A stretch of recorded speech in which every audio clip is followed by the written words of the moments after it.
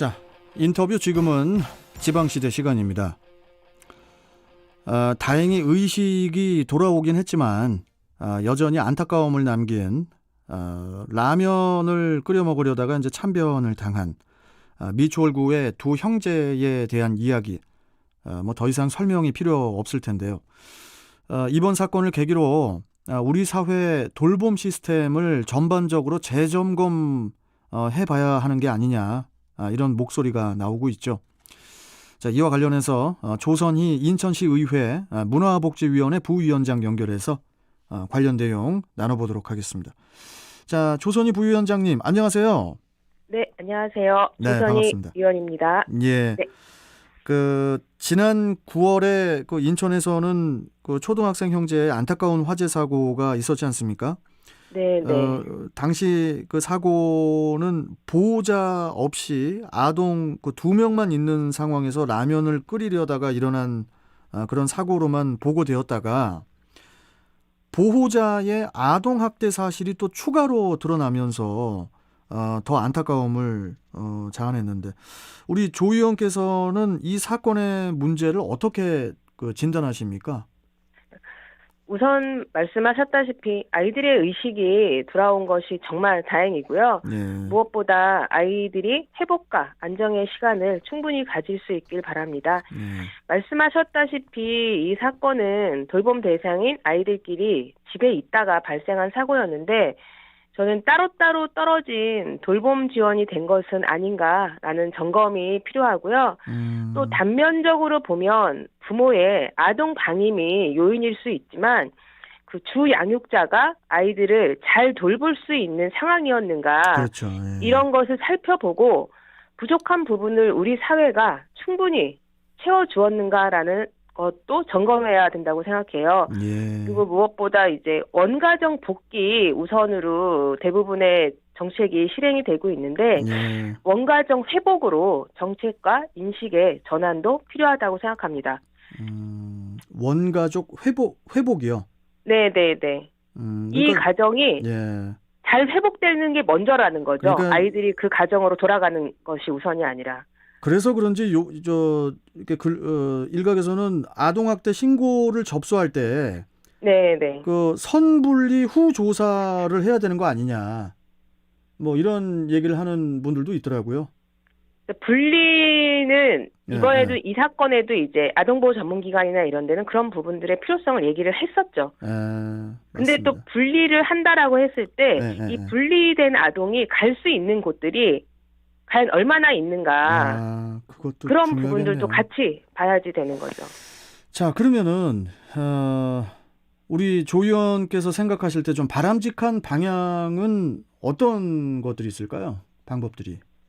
그러니까 이번 사건을 통해서 드림스타트나 아동보호 전문기관, 이런 명칭을 되게 많이 들어보셨을 거예요. 네. 근데 실제로 드림스타트나 뭐 아동보호 전문기관, 또 지역아동센터, 학교 등 각각의 기관들이 서로 연계되어서 아이들을 통합적으로 챙길 수 있도록 어른들이 연결되었을 때 이 어른들의 연결을 기본으로 한 시스템이 구축돼야 하고요. 그 한 아이를 키우려면 온 마을의 지혜가 필요하다는 이 말을 저는 현실화시켜야 된다고 생각합니다. 좋은 이웃이 사회적 안전망의 기초가 될 수 있잖아요. 그렇죠. 사실 재정 지원도 중요하지만 관계 지원이 되었을 때 혼자 돌보기 어려운 어른들에게 내가 혼자가 아니구나, 이웃의 주민들이 함께 해줄 수 있구나, 이런 부분을 느끼게 할 수 있을 것 같거든요. 그래서 작은 나들이 모여 함께 산다는 것을 느낄 수 있는 공동체를 형성하는 것이 중요하다고 생각해요. 좋은 이웃이라는 말이, 저도 이제 1975년생인데요. 네. 우리 조 의원님, 어렸을 때는 저희 동네 옆에 집 다 이웃들이었어요. 맞아요. 네. 근데 요즘에는 뭐 바로 옆집에 사는 사람도 뭐 같이 현관문 열고 나와도 인사를 안 하는 시대다 보니까, 그쵸. 이게 좋은 이웃이라는 말이 너무 지금 멀죠. 어색하게 느껴지는 거예요. 이게 상당히 지금 문제가 큰 지금 사회에서 살고 있는 것 같은데, 우리 조선희 위원께서 아까 그 공동체 네트워크하고 마을 만들기 말씀하셨잖아요. 네네네. 이와 관련해서 좀 소개해 주실 사례 같은 게 있나요? 그 선악역 근처에 네, 평화도서관이라는 곳이 있어요. 도서관이요. 네네네. 그곳에서는 그 어린이 식당 개구리네 한솥밥을 운영했어요. 그러니까 이게 뭐냐면 네. 매주 목요일 저녁 시간 아이들이 와서 따뜻한 밥을 먹는 거였거든요. 애기들이 와서. 네, 학생들이, 그러니까 아동들이 와서 따뜻한 네. 밥을 먹는 건데 지금은 사실 코로나 시기에서 이 방식으로는 못해요. 조금 그렇죠. 다른 그렇네. 방식으로 진행을 하고 있는데 네. 그러니까 마을 활동가, 지역 상인들이 함께 서로 조금씩 품을 내서 만든 마을 공동체 활동이에요. 그러니까 마을에서 함께 돌본다를 만들어가고 있는 곳인 거죠. 근데 이렇게 공동체 네트워크가 형성된 곳은 행정의 지원이 조금만 결합된다면 더 풍성한 공동체를 만들 수 있다고 생각해요. 그래서 이런 곳들을 찾아서 더 지원할 수 있는 방안, 이런 방안들도 필요하고 또 지역아동센터와 학교가 잘 연계돼서 아이들을 함께 돌보고 있는 곳도 있습니다. 그러겠죠.